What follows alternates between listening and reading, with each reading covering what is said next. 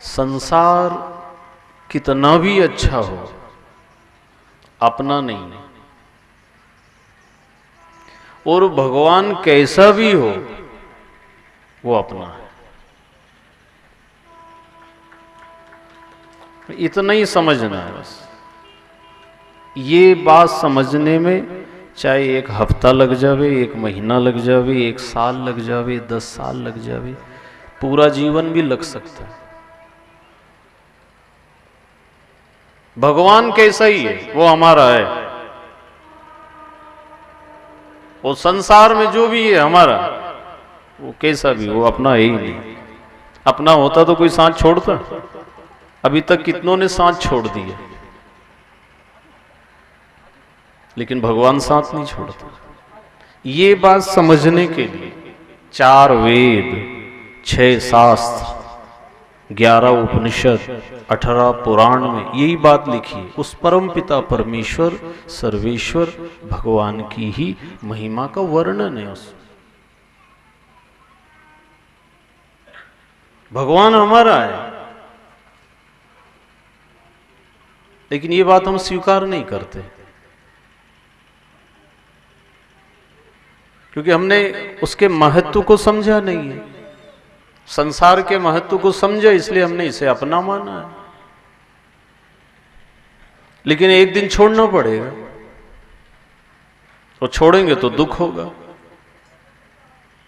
इसलिए जो कभी न छूटे, उसको पाने का, उसको समझने का प्रयास करना चाहिए। तभी हम इस जीवन में सुख शांति से रह सकते हैं। ऐसा कोई प्राणी नहीं है जो कोई दुख चाहता हो। कोई जीव ऐसा है ही नहीं जो दुख चाहता हो, लेकिन फिर भी दुख आता है। क्यों आता है? जो सारे दुखों को मिटा दे, सारे दुखों का नाश कर दे। भागवत का पहला श्लोक, तापत्रय विनाशाय, जो 3 तापों का नाश कर दे, खत्म कर दे,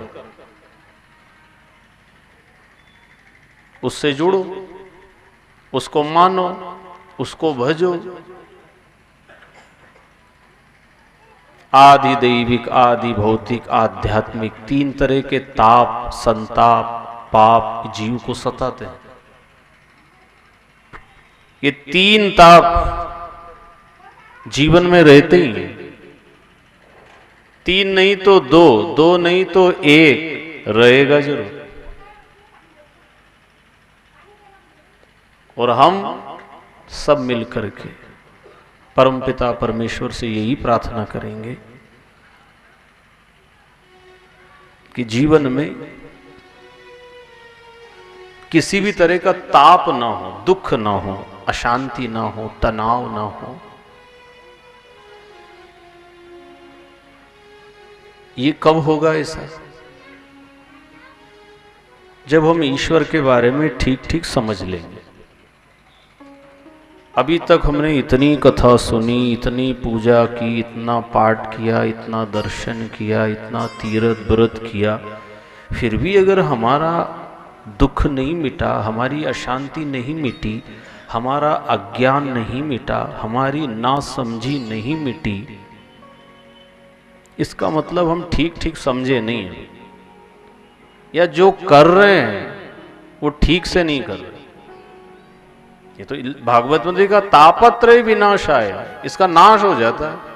तो हम तो कब से सुन रहे कथा, कब से पूजा कर रहे, कब से व्रत कर रहे, कब से मंदिर जा रहे, पर अभी तक कहीं ऐसे पूरी शांति नहीं मिली, पूरा दुख नहीं मिटा। तो अभी ठीक से हम समझे नहीं।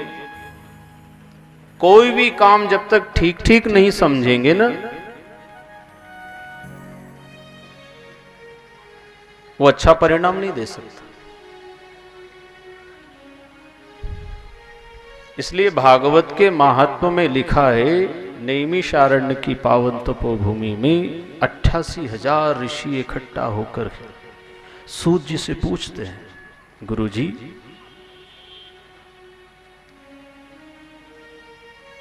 कलयुग का आगमन होगा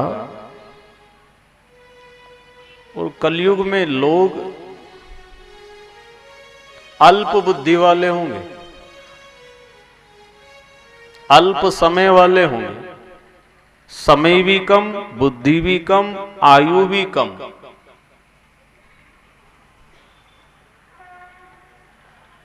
और झंझटें इतनी रहेगी, इतनी मुसीबतें होंगी कि वो अपने आत्म कल्याण के बारे में तो सोच ही नहीं सकता, फुर्सत ही नहीं मिलेगी उसको। हाय हाय हाय हाय हाय हाय। और अनमोल जीवन मिला है,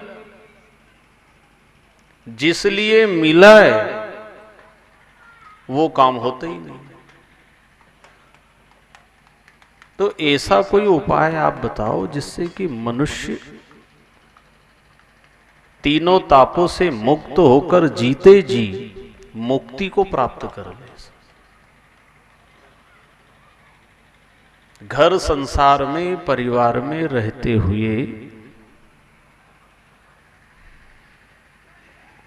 जीते जी वह आनंद प्राप्त कर ले जिसको संतों ने, महापुरुषों ने कहा है मोक्ष, मुक्ति। ऐसा कोई उपाय, क्योंकि तपस्या तो हो नहीं सकती, सबसे ध्यान लगेगा नहीं, सब सत्यवादी बन नहीं सकते,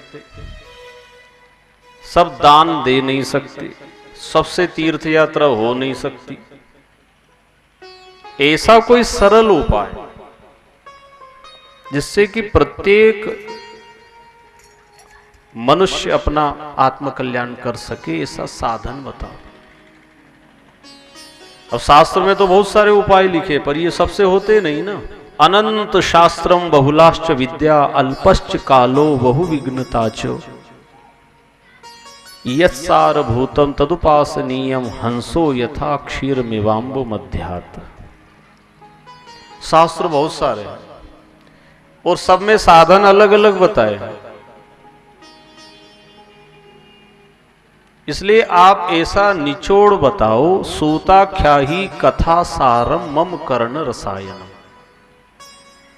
ऐसी सार बात बताओ जिससे कि हर मनुष्य अपना कल्याण कर ले, चाहे वो पढ़ा लिखा हो, अनपढ़ हो, गरीब हो, अमीर हो, स्त्री हो, पुरुष हो, बच्चा हो, बूढ़ा हो, किसी भी जाति धर्म मजहब को मानने वाला हो, वो जीते जी अपने जीवन को सुख शांति से बिता ले।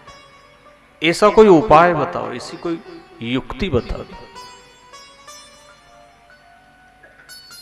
तो सूत जी महाराज कह रहे हैं, अगर मनुष्य अपना कल्याण चाहे तो भगवान ने ऐसी व्यवस्था कर रखी,